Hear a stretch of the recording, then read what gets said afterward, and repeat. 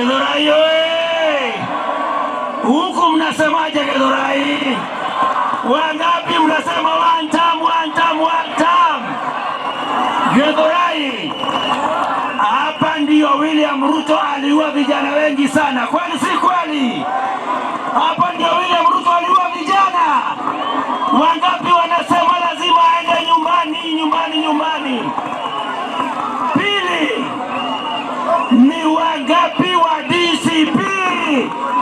Halo, halo. Halo, halo. Tusikizane tafadhali. Nyinyi mnajua ni watu wa biashara ndogo ndogo. Ni kweli si kweli? Zimeharibika, hazijaharibika? Sababu ya kuharibika kwa biashara ni nani? Kasongo aende nyumbani asiende? Harambee! Harambee!